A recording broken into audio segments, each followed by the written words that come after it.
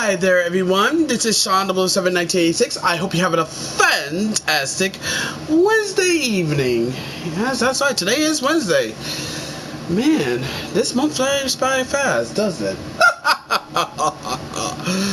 Well, I hate to be the bearer of bad news. Really, it is. But it looks like Warner Brothers Games has decided to shut down studios. I mean, geez, no surprise there. I mean, given the fact that the failure that is Suicide Squad killed the Justice League, causing Warner Brothers Games $200 million, it was bound to happen. And unfortunately, with the studio closing, there's also a game being canceled. This would be the Wonder Woman game. I mean, it's from the gamer. Warner Brothers cancels Wonder Woman game and shuts down Multiverses Dev. Oh, that's right. They did shut down Player First Games, the ones who created Multiverses, which, by the way, will be shutting down in 3 months. Trying to get some mileage out of that game. Been posting a lot of my matches playing in that game in there. Me kicking butt and getting my shit kicked in. Obvious reasons. Warner Brothers have canceled the Wonder Woman game and shut down the developer Monolith Productions after 31 years. Wonder Woman reportedly cost Warner Brothers over $100 million and was rebooted last year. Multiverses developers Warner Brothers San Diego, and Player First Games have also been shuttered. Warner Brothers Games just announced that Wonder Woman has been canceled, while developer Monolith Productions has been shuttered after 31 years. The studio was renowned for iconic games like Fear, Blood, Condemn, and the Middle-earth duology, even designing the famous Nemesis system, which WB swiftly patented and then did nothing with it for decades. That's right. Warner Brothers swiftly patented the Nemesis system and over a decade did jack and shit with it. Wonder Woman was first announced in 2021 during the Game Awards, but details have been sketched ever since. With only brief CG teasers, most of the reason was gleaned from leaks and job listings, which led to conflicting reports about the project having live service elements.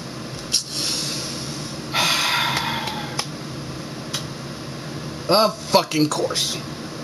Whether it did is only an epidemic to the game's troubling development. Bloomberg's Jason Schreier reported earlier this month that the project had thus far cost Warner Brothers over $100 million. It didn't have much to show for it, even being rebooted last year. He had it continued development. He claimed that it was years away from release. However, it has now been canceled so that Warner Brothers can continue its focus on IPs such as Harry Potter, Batman, Mortal Kombat, and Game of Thrones. Jason Schreier tweeted on February 25th, Warner Brothers Games is shutting down Monolith Productions, Player First Games, and Warner Brothers San Diego, sources tell Bloomberg News. Warner Brothers is also canceling the Warner Brothers game. The Wonder Woman game. Warner Brothers full statement, Warner Brothers San Diego and Player First Games, the two developers behind the Super Smash Bros. Style brawler Multiverses, has also been closed down. The news was first broken by Jason Schreier on Blue Sky, but Kotaku senior reporter Ethan Goss has since said Warner Brothers' full statement confirming the reports. They said, and I quote, We have had to make some very difficult decisions to structure our development studios and investment around building then biggest games possible, with our key franchises Harry Potter, Mortal Kombat, DC, and Game of Thrones. After careful consideration, we are closing 3 of our developing studios, Monolith Productions, Player First Games, and Warner Brothers Games San Diego. This is a strategic change in direction and not a reflection of the teams or the talent that consists with them. The development of Monolith's Wonder Woman's video game will not move forward. Our hopes was to give players and fans the highest quality experience possible for the iconic character, and unfortunately this is no longer possible for our strategic priorities. This is another tough decision as we recognize recognize Monolith's story history of developing epic fan experiences through amazing games. We greatly admire the passion of the three teams and thank every employee for their contribution. As difficult as today it is, we remain focused on and excited about getting back to producing high quality games for our passionate fans and developed by our world class studios, and getting our games business back to profitability and growth in 2025 and beyond. It's unclear how many staff has been affected at this time. Yeah, this actually sucks, to be perfectly honest, but again, no surprise. After all, every time. Let's see. Suicide Squad Killed the Justice League cost Warner Brothers $200 million, and that was a massive failure. Multiverses cost $100 million. And the only reason why that game fell was because of Warner Brothers' unnecessary fucking greed.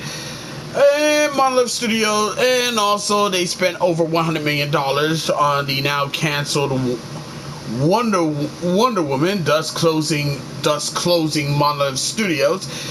Yeah, this hasn't been a really good year for Warner Brothers games.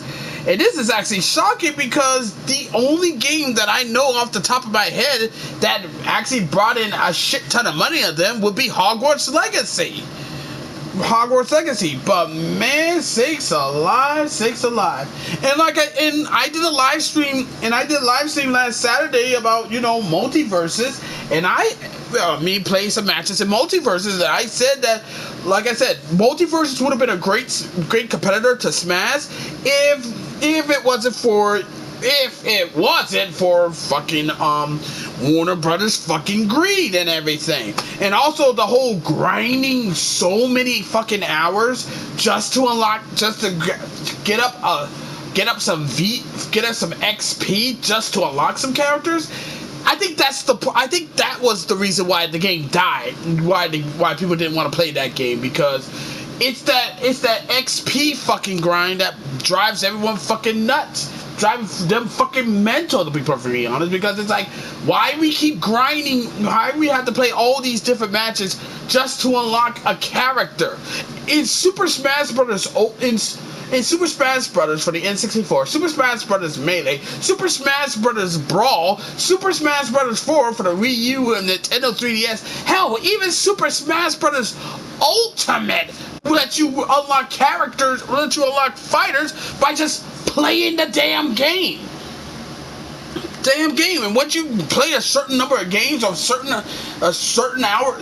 number of hours, or play a certain number of matches, you get a challenger approaches. When you have a one-on-one fight against a character that you try to unlock, and when you beat that character, you unlock that character ready to go, no questions asked. Of course, they do have some DLC, and of course, with Smash 4 and Ultimate, they do have some DLC characters, but at least they're DLC characters, you get a more bang for your buck. And yours truly right here, he did bought all the DLC characters for Smash. Of course I did, because I want to play with my goat, Banjo-Kazooie. But this here, it's just like, Jesus Christ. Like I said, the game is fun. The game's fun. I'm actually enjoying it. I'm playing it on my PS4 and I'm playing it on my Xbox Series S. I'm having fun. But I do agree. The whole grinding, the whole XP grind to unlock characters, it was a headache. It's a pain in the ass. Yes, and also if you manage to rack up a certain number of fighter currency, you can actually unlock a bonus character too. But man, sakes alive. Like I said, the game would have been great if it wasn't for WB doing its unnecessary heavy fucking monetization on fucking microtransactions. Microtransactions to buy, cosmetic items like banners, knockout graphics, ring out graphics, announcer voices, different skins and everything. See, and it ain't just like they do this shit too. You have EA doing it with fucking Ultimate Team in Madden and FIFA, and definitely NBA and definitely 2K with the NBA 2K My Team, and I also gotta throw some shade at WWE 2K's My Faction mode, which is gonna be kind of odd for me to say that. So, you know, I pre-ordered WWE 2K25 the Bloodline Edition, but. Well, say what you want about Crystal Dynamics and Square Enix Marvel's The Avengers. Yes, that's a live service game. And yes, that's a live service game, but even though when it was shutting down and managed to put up an update patch where you could play the game offline, they made sure to make all the cosmetics available for you for free, all the costumes, all the different skins, so you can dress up your characters, everything. And I got that game. I got the game before it was delisted. So I'm cool with it. I'm happy about it. But honestly, I feel like this is actually bad. This is really bad, and I feel like Warner Brothers is not going to have a very good 2025. That's for damn sure. And like I said, the only game that actually made them fucking money was Hogwarts Legacy. And that game, oh boy, that game is actually pretty good. I actually own the game, but man, Six Alive, when it first came out, it dealt with a fuck ton of controversy. Not the negative controversy, but the controversy of the stupidity kind. I'm not even going to go into that because you probably already know what it is. Probably want to know what it is, but honestly, I felt like, here's the thing. If you're going to get mad at J.K. Rowling for saying some things you don't like, be mad at her. Don't go after people who just want to buy the damn game and just want to enjoy it. But yeah, this is... I mean, fuck. Yeah, this was bad. This is bad. And also Monolith, like, fucking hell, man. It's like, I played the Condemned back on the 360, and I own the Shadow of Mordor, the Middle Earth 2 games on my PS4. It's still in my library. And yeah, they did manage to make the Nemesis system, which, well, like the article said, Warner Brothers patented, and they did jack and shit with it for nearly a fucking decade. It's a damn shame. It's really a fucking damn shame. But honest to God, I just have to say it right off the motherfucking bat. I feel like the suits who approved the Suicide Squad Kill the Justice League game doesn't pretty much hate money. And also, I have to ask this one simple ass fucking question. Who the fuck actually asked for a Suicide Squad game? I mean, who the fuck wants to play as the Suicide Squad?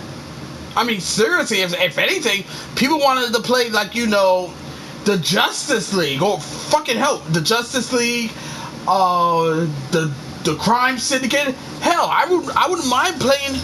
I wouldn't mind wanting to play the Legion of Doom. I'm just baffled that they rejected an Arkham style Justice League game, an Arkham style Superman game, and an Arkham style Batman Beyond game for Suicide Squad. Really? Also, I played the game. Yeah, I played Suicide Squad Kill Justice League, and it was shit. It really was. It was fucking shit. I mean, it's like fucking hell. The game was so fucking bad. I'd rather play Sonic 06. And yeah, but Sonic 06 is a bad game. Yeah, exactly. I'd rather play that. At least for Sonic 06, it's bad, but it's so bad it's good. Suicide Squad Kill the Justice League is just plain fucking bad. Like, really, it is. Trust me. Repeatable fucking missions, you have to do different shit to shoot enemies and everything. Oh my god, that game has, we have That game has severe we have Borderlands at home vibes, because that game tries and it fails to be fucking Borderlands. And trust me, I played Borderlands 1, Borderlands 2, Borderlands the pre-sequel, Borderlands 3. Trust me, that game tried to be like Borderlands. It just, ugh. But the fact, but man, oh my god. Oh boy, yeah.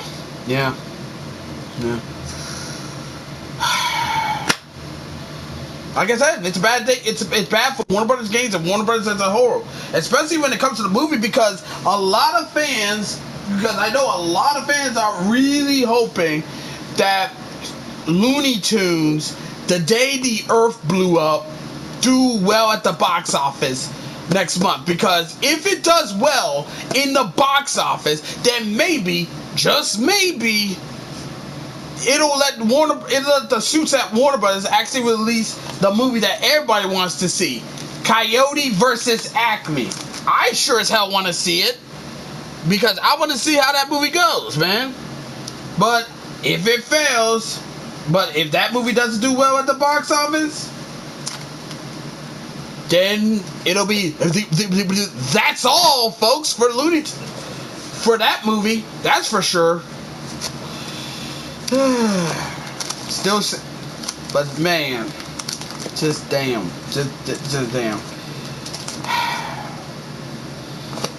It's just really sad. It's really fucking sad.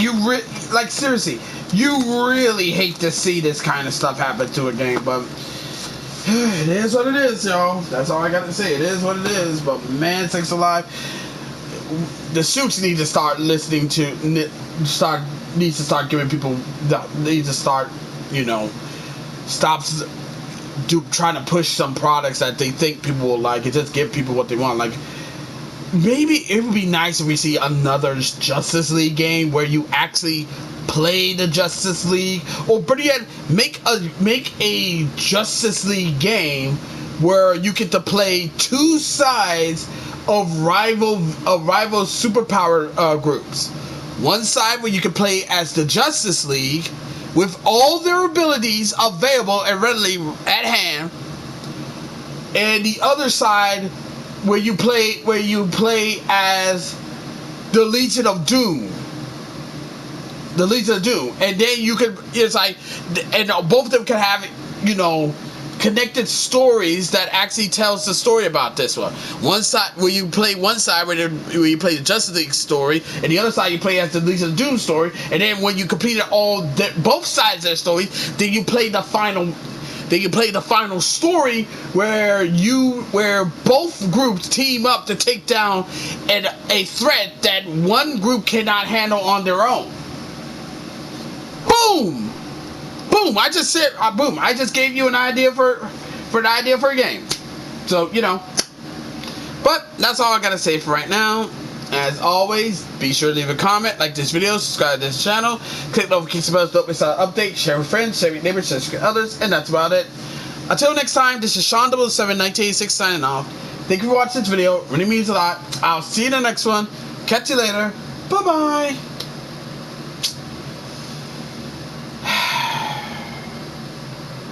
Wow.